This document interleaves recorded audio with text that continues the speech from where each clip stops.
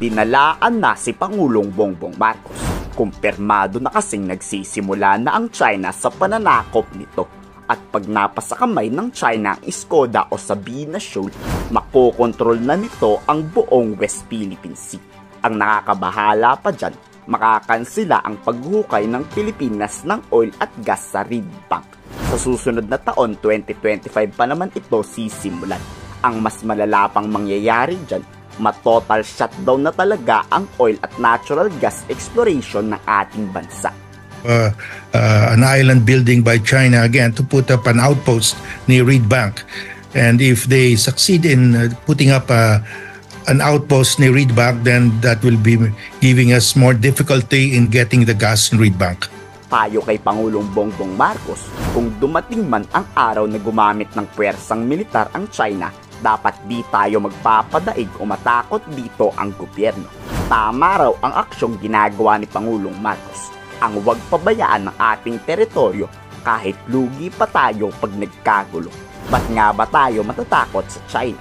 Nandyan naman ang Amerika, Japan at Australia, kaya wala daw tayong dapat ikapangamba. If we have a 24-hour presence there every day, I don't think they can put up their artificial island.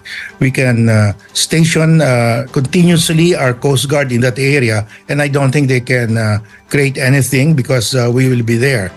And the U.S. already said that if they use a water cannon and it results in the death of a Coast Guard or a Navy personnel of the Philippines, that would be a ground to invoke the treaty. So I think China will be careful this time.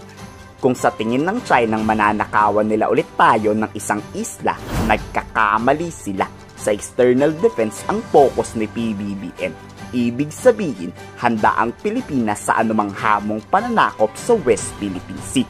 Kung wala tayong kakayahang makipaggera noon, aba kaya na nating makipagbakbakan ngayon. Ang nangyari kasi sa Mischief Reef, ang sinasabi nila, magtatayo sila ng fishing. Yes.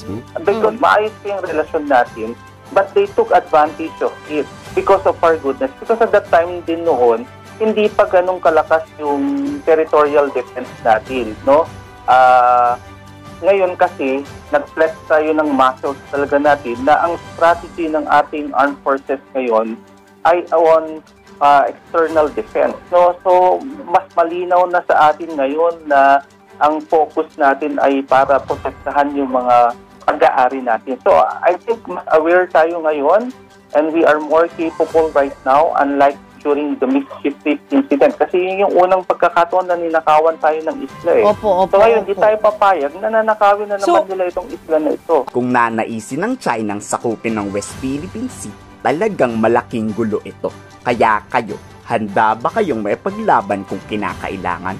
I-komento sa baba ang salobi.